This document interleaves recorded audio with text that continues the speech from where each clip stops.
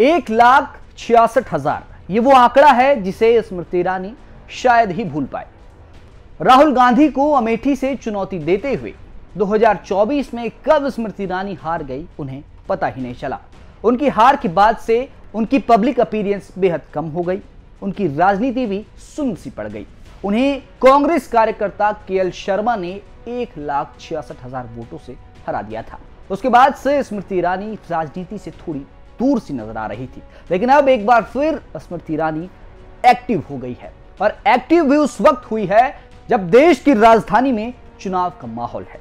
दिल्ली में चुनाव है और स्मृति ईरानी एक्टिव हो गई है। इस रिपोर्ट में आपको बताएंगे कि स्मृति ईरानी को क्या बड़ी जिम्मेदारी भाजपा देने वाली है और सूत्रों के हवाले से यह भी खबर आ रही है कि दिल्ली में स्मृति ईरानी को एक महिला मुख्यमंत्री के तौर पर प्रेजेंट भाजपा द्वारा किया जा सकता है। नमस्कार, आप देख रहे हैं दिल्ली तक, मैं हूं आपके साथ विजय नेगी। स्मृति ईरानी कुछ वक्त पहले राजनीति से थोड़ी दूर नजर आ रही थी, उनकी राजनीति सुन्न सी पड़ी हुई थी, पब्लिक अपीयरेंस उनका बहुत कम था, लेकिन अचानक से वो एक्टिव हो गई हैं। दिल्ली चुनाव में उनकी शिरकत देखी जा रही है। जागरण में छपी एक खबर के मुताबिक भाजपा स्मृति ईरानी को दिल्ली कैंट या ग्रेटर कैलाश से विधानसभा का टिकट दे सकती है। आपको बता दें कि ग्रेटर कैलाश से सौरभ भारद्वाज, जो कि आम आदमी पार्टी में इस वक्त उस सीट से लड़ रहे हैं और दिल्ली सरकार में मंत्री हैं, वो चुनाव लड़ रहे हैं और सौरभ भारद्वाज के सामने भाजपा एक मजबूत चेहरा तलाश रही है।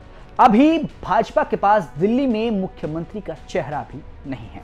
ऐसे में स्मृति ईरानी इस कमी को पूरी कर सकती है। स्मृति ईरानी अब दिल्ली में एक्टिव नजर आ रही हैं। केंद्र में वो मंत्री रह चुकी हैं और अमेठी से सांसद भी रही हैं। 2024 में हुए चुनाव में वो हार गई थी और अब दिल्ली में उनको देखा जा रहा है। सूत्रों के अनुसार भाजपा स्मृति ईरानी को दिल्ली में महिला मुख्यमंत्री के चेहरे के रूप में पेश कर सकती है। दिल्ली में इस वक्त महिला मुख्यमंत्री है जो है आतिशी, और ये पहली बार नहीं है कि दिल्ली में कोई महिला कमान संभाल रही हो। इससे पहले शीला दीक्षित और उनसे पहले सुषमा स्वराज भी दिल्ली की मुख्यमंत्री रह चुकी हैं। आइए बताते हैं कि सुषमा स्वराज और शीला दीक्षित ने कितना कार्यकाल दिल्ली में निभाया था। दिल्ली की महिला मुख्यमंत्री 1998 में सुषमा स्वराज रहीं, जो सिर्फ 52 दिन तक मुख्यमंत्री रहीं। चुनाव नतीजे आने के बाद बीजेपी बुरी तरह हार गई और 1998 में कांग्रेस की सरकार बनी। कांग्रेस ने शीला दीक्षित को अपना मुख्यमंत्री बनाया और शीला दीक्षित ने 15 साल तक दिल्ली की कमान संभाली। 2013 में शीला दीक्षित हारी जब, उसके बाद अरविंद केजरीवाल दिल्ली के मुख्यमंत्री बने और 2024 में सितंबर में जब अरविंद केजरीवाल शराब घोटाला मामले में जेल से जमानत लेकर आए, उसके बाद उन्होंने मुख्यमंत्री पद से इस्तीफा दिया और फिर आतिशी को दिल्ली का मुख्यमंत्री बनाया गया। अब बात स्मृति ईरानी की कर लेते हैं। स्मृति ईरानी जो 2019 के चुनाव में राहुल गांधी को हराकर संसद पहुंची थी और उन्हें वहां केंद्र में मंत्रालय सौंप दिया गया था, उसके बाद वो काफी सुर्खियों में रही और भाजपा की एक मजबूत महिला नेता के रूप में पहचान उन्हें मिली।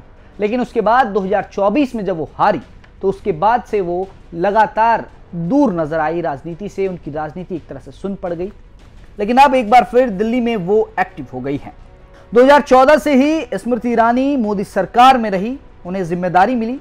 पहले मानव संसाधन मंत्री, फिर सूचना प्रसारण और फिर कपड़ा मंत्री के रूप में उन्हें केंद्र में पदभार संभालने का मौका मिला। विवादों के बावजूद मजबूत महिला नेता बनी रही।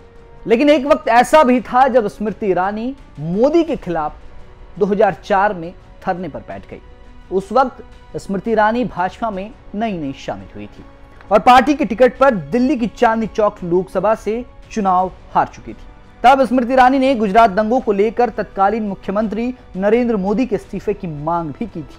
हालांकि बाद में उन्होंने अपना बयान वापस ले लिया था। वैसे तो स्मृति ईरानी को राजनीति में लाने का श्रेय प्रमोद महाजन को जाता है। वैसे तो स्मृति ईरानी को राजनीति में लाने की भूमिका प्रमोद महाजन की बताई जाती है। पहले तो महाराष्ट्र भाजपा का महिला मोर्चा अध्यक्ष स्मृति ईरानी को नियुक्त किया गया। 2009 के लोकसभा चुनाव में उन्हें टिकट नहीं मिला, लेकिन देश भर में पार्टी का प्रचार उन्होंने जोर शोर से किया। फिर 2010 में जब नितिन गडकरी भाजपा के राष्ट्रीय अध्यक्ष बने तो स्मृति ईरानी को पार्टी के राष्ट्रीय महिला मोर्चे का जिम्मा सौंप दिया गया। फिर अगले साल ही वो गुजरात से राज्यसभा सांसद चुनी गई और प्रदेश की राजनीति में एक्टिव होने लगी। 2014 में उन्होंने राहुल गांधी के खिलाफ चुनाव लड़ा और वो हार गई। 2019 में भी उन्होंने राहुल गांधी के खिलाफ चुनाव लड़ा और उन्होंने इस बार राहुल गांधी से बदला लिया। 2024 में भी उन्होंने अमेठी से लोकसभा चुनाव लड़ा और इस बार वो कांग्रेस कार्यकर्ता केएल शर्मा से हार गई। और अब दिल्ली में स्मृति ईरानी की एंट्री हो चुकी है। सूत्रों के हवाले से जो खबर है कि दिल्ली कैंट या फिर ग्रेटर कैलाश से स्मृति ईरानी चुनाव लड़ सकती है। एक दो दिन में ये साफ हो जाएगा कि स्मृति ईरानी को चुनाव लड़ाया जाएगा या नहीं लड़ाया जाएगा, क्योंकि 17 तारीख तक नॉमिनेशन की डेट है, नामांकन भरना होगा। सीएम आतिशी अपना नामांकन भर चुकी है और अब 17 तारीख तक बाकी जो उम्मीदवार हैं वो भी अपना नामांकन भरेंगे। अब ये देखना होगा कि क्या स्मृति ईरानी को दिल्ली में विधानसभा का टिकट मिलता है और क्या उन्हें दिल्ली में महिला मुख्यमंत्री के रूप में प्रेजेंट किया जाता है। और अगर ऐसा होता है तो इससे चुनाव के परिणामों में भाजपा के लिए कितना असर पड़ेगा ये देखना होगा। फिलहाल के लिए इतना ही। आप देखते रहिए दिल्ली तक।